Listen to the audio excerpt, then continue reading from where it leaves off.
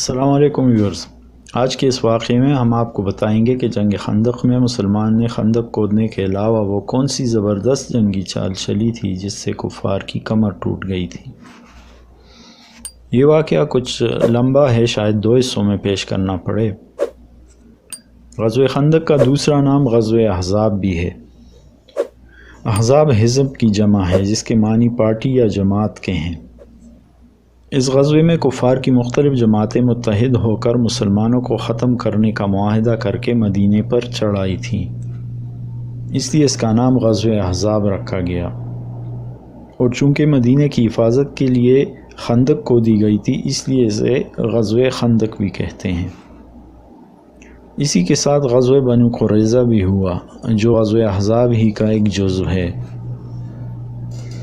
ہجرت کے بعد دوسرے ہی سال میں غزوہ بدر، تیسرے سال میں غزوہ احد اور چوتھے یا 5ویں سال میں غزوہ احزاب پیش آیا۔ ان تینوں میں غزوہ احزاب کا حملہ بھرپور طاقت اور پختہ عزم اور ایک معاہدے کے تحت کیا گیا تھا، اس لیے حضور صلی اللہ علیہ وسلم اور صحابہ کرام رضی اللہ عنہم پر یہ سب سے زیادہ سخت تھا۔ اس میں کفار کی تعداد معارف القرآن کے مطابق 12 سے 15 ہزار اور مسلمانوں کی تعداد 3,000 تھی۔ سخت سردی اور بے سر و سامانی کا عالم تھا، مگر جتنی سختی رہی اتنی ہی پھر اللہ کی مدد آئی اور کفار پسپا ہوئے، اور وہ اس قابل نہ رہے کہ پھر کبھی مسلمانوں پر حملہ کر سکیں۔ اس واقعے کی ابتدا یوں ہوئی کہ کچھ یہودی قبیلوں کے لوگ قریش کے سرداروں سے ملے اور ان کو مدینے پر حملے پر آمادہ کیا۔ ساتھ ہی ایک بڑے اور جنگجو قبیلے بنو غطفان سے بھی بات کی کہ اس نئے دین کو ختم کر لینا چاہیے، اور ان کو یہ رشوت پیش کی کہ خیبر کے سال بھر کی کھجوروں میں سے آدھی ان کو دیں گے۔ اس طرح بہت سے قبائل ملے اور تقریباً 12 سے 15 ہزار کا لشکر بنا۔ حضور صلی اللہ علیہ وسلم کو اس کی خبر ملی تو سب سے پہلے ان کی زبان سے جو کلمہ نکلا اس کا ترجمہ ہے، اللہ ہی ہمارے لیے کافی اور کارساز ہے۔ آپ صلی اللہ علیہ وسلم نے صحابہ کرام سے مشورہ کیا کہ کیا کیا جائے۔ حضرت سلمان فارسی رضی اللہ عنہ نے فرمایا کہ فارس کے بادشاہ ایسے حالات میں دشمن کو روکنے کے لیے خندق کھودتے تھے۔ آپ صلی اللہ علیہ وسلم نے یہ مشورہ قبول فرمایا اور خندق کھودنے کا حکم دیا۔ خندق کی کل لمبائی تقریباً 3.5 میل اور گہرائی اندازاً 5 گز تھی۔ مسلمانوں کی جمعیت کل 3,000 تھی۔ حضور صلی اللہ علیہ وسلم نے ہر 10 آدمیوں کو 40 گز خندق کھودنے کا ذمہ دار بنایا۔ حضرت سلمان فارسی رضی اللہ عنہ ایک ماہر اور مضبوط انسان تھے۔ وہ نہ انصار میں تھے اور نہ مہاجروں میں۔ ان کے متعلق مہاجرین و انصار میں ایک بحث شروع ہوئی، ہر فریق ان کو اپنی طرف لینا چاہتا تھا۔ ایسے میں آپ رضی اللہ عنہ کے متعلق حضور صلی اللہ علیہ وسلم نے وہ تاریخی الفاظ کہے کہ سلمان منا اہل البیت، یعنی سلمان ہمارے اہل بیت میں شامل ہے۔ اتفاق سے جو حصہ حضرت سلمان کے ذمہ تھا اس میں ایک چٹان نمودار ہوئی جس کی سختی نے صحابہ کرام رضی اللہ عنہم کے اوزار توڑ دیے اور وہ اس کے توڑنے سے عاجز ہو گئے۔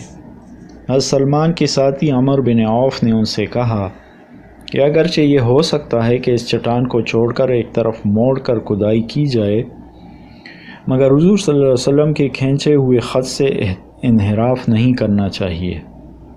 آؤ ان سے پوچھیں کہ کیا کریں۔ حضور صلی اللہ علیہ وسلم اپنے حصے میں کام کر رہے تھے، ایسے کہ ان کا پیٹ اور پیٹھ مٹی کی تہ میں چھپے ہوئے تھے۔ آپ نے ان کو وہ واقعہ سنایا۔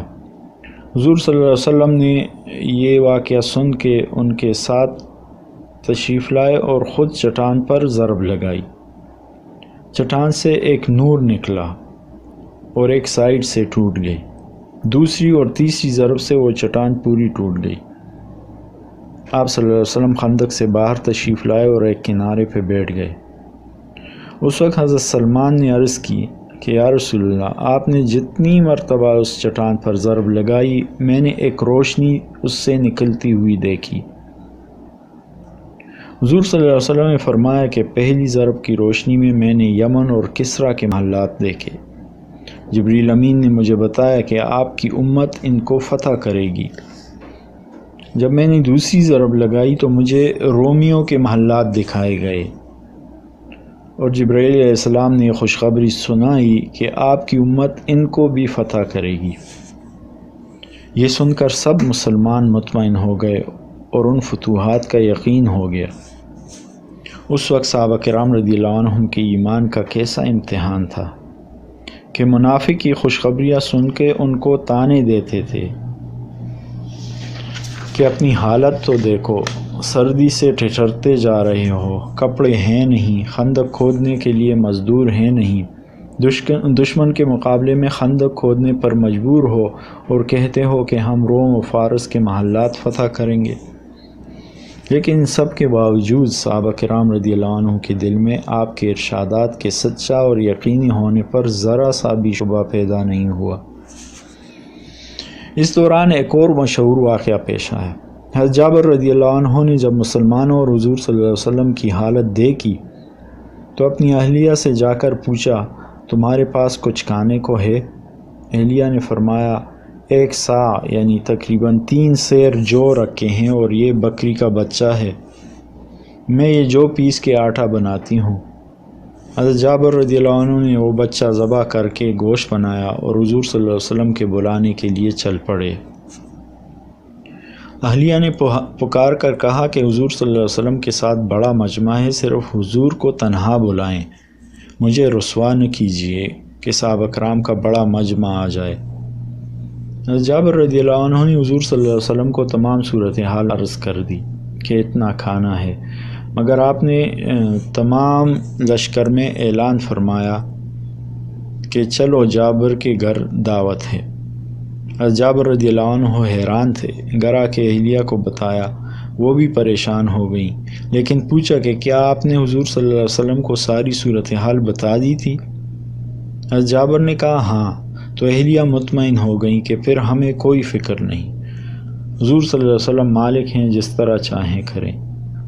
حضور صلی اللہ علیہ وسلم نے آ کر اپنے ہاتھ سے سب کو روٹی سالن دینے کا اہتمام فرمایا اور پورے مجمع نے سیر ہو کر کھایا۔ حضرت جابر فرماتے ہیں کہ سب کے کھانے کے بعد بھی نہ ہماری ہنڈیا سے کچھ گوشت کم نظر آتا تھا اور نہ گوندے ہوئے آٹے میں کوئی کمی معلوم ہوتی تھی۔ ہم سب گھر والوں نے بھی پیٹ بھر کے کھایا اور باقی پڑوسیوں میں بانٹ دیا۔ اس طرح کے حالات کا مقابلہ کرتے ہوئے صحابہ کرام رضی اللہ عنہم نے 6 دن میں خندق کی کھدائی مکمل کی۔ اس دوران کفار کا لشکر بھی آ پہنچا۔ ایک اور اہم بات یہ ہے کہ مدینے کے اندر یہود کا ایک قبیلہ بنو قریظہ آباد تھا، جن کے ساتھ حضور صلی اللہ علیہ وسلم نے ایک صلح نامے پہ دستخط کیے تھے۔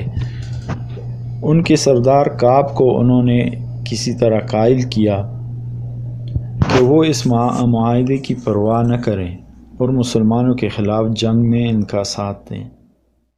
اس دوران ایک اور اہم بات یہ پیش آئی کہ مدینے کے اندر یہود کا ایک قبیلہ بنو قریظہ آباد تھا، جن کے ساتھ حضور صلی اللہ علیہ وسلم نے ایک صلح نامے پہ دستخط کیے تھے۔ ان کے سردار کعب کو کفار مکہ نے کسی طرح قائل کیا کہ وہ حضور صلی اللہ علیہ وسلم کے ساتھ اس معاہدے کی پرواہ نہ کریں اور مسلمانوں کے خلاف جنگ میں ہمارا ساتھ دیں۔ یہ خبر جب مسلمانوں تک پہنچی تو ان کو بہت تشویش ہوئی کہ باہر والوں کے لیے تو ہم نے خندق کھودی ہے، یہ قبیلہ تو مدینے کے اندر ہے۔ اب محاذ جنگ کی صورت یہ تھی کہ کفار کے لشکر خندق کی وجہ سے اندر نہیں آ سکتے تھے، دوسرے کنارے پر مسلمانوں کا لشکر تھا، دونوں طرف سے ہر وقت تیر اندازی کا سلسلہ رہتا تھا۔ اسی حالت میں تقریباً 1 مہینہ گزر گیا کہ نہ جنگ ہوتی تھی نہ ہی کسی وقت بے فکری۔ آپ صلی اللہ علیہ وسلم پر یہ بات بہت بھاری تھی کہ صحابہ کرام رضی اللہ عنہم سخت تشویش اور اضطراب میں ہیں۔ ان حالات کو دیکھ کے آپ صلی اللہ علیہ وسلم نے ایک جنگی تدبیر سوچی۔ آپ کو معلوم ہوا تھا کہ غطفان قبیلے کے رئیس اس جنگ میں خیبر کے کھجوروں کے تمام میں شامل ہوئے ہیں۔ آپ صلی اللہ علیہ وسلم نے ان کے سرداروں کے پاس قاصد بھیجا کہ ہم تمہیں مدینہ طیبہ کا آدھا پھل دیں گے اگر تم اپنے ساتھیوں کو لے کر میدان سے چلے جاؤ۔ وہ اس پر آمادہ نظر آئے، مگر حضور صلی اللہ علیہ وسلم نے حسب عادت ارادہ کیا کہ صحابہ کرام سے مشورہ کیا جائے۔ اپنے قبیلہ اوس و خزرج کے دو بزرگ سعد بن عبادہ اور سعد بن معاذ رضی اللہ عنہما کو بلا کر ان سے مشورہ کیا۔ ان دونوں کی ایمانی غیرت ملاحظہ کریں کہ انہوں نے عرض کیا کہ یا رسول اللہ، کیا آپ کو اس کام کا حکم اللہ کی طرف سے ہوا ہے یا آپ نے ہمیں مشقت اور تکلیف سے بچانے کے لیے یہ تدبیر کی ہے؟ رسول اللہ صلی اللہ علیہ وسلم نے فرمایا کہ نہ امر الہی اس کا ہے اور نہ میری اپنی طبیعت کا تقاضا ہے، بلکہ صرف تمہاری تکلیف اور مصیبت دیکھ کر میں یہ صورت اختیار کرنے لگا ہوں۔ آپ کا کیا مشورہ ہے؟ سعد بن معاذ رضی اللہ عنہ نے جو جواب دیا وہ عزم، جوش، جذبہ ایمانی کے باب میں سنہرے حروف سے لکھا جائے گا۔ یہ جواب اور مسلمانوں کی وہ شاندار جنگی چال ہم اگلے حصے میں پیش کریں گے انشاءاللہ۔ چینل کو آپ سبسکرائب کریں، بیل آئیکن کو کلک کریں اور لائک کریں۔ السلام علیکم۔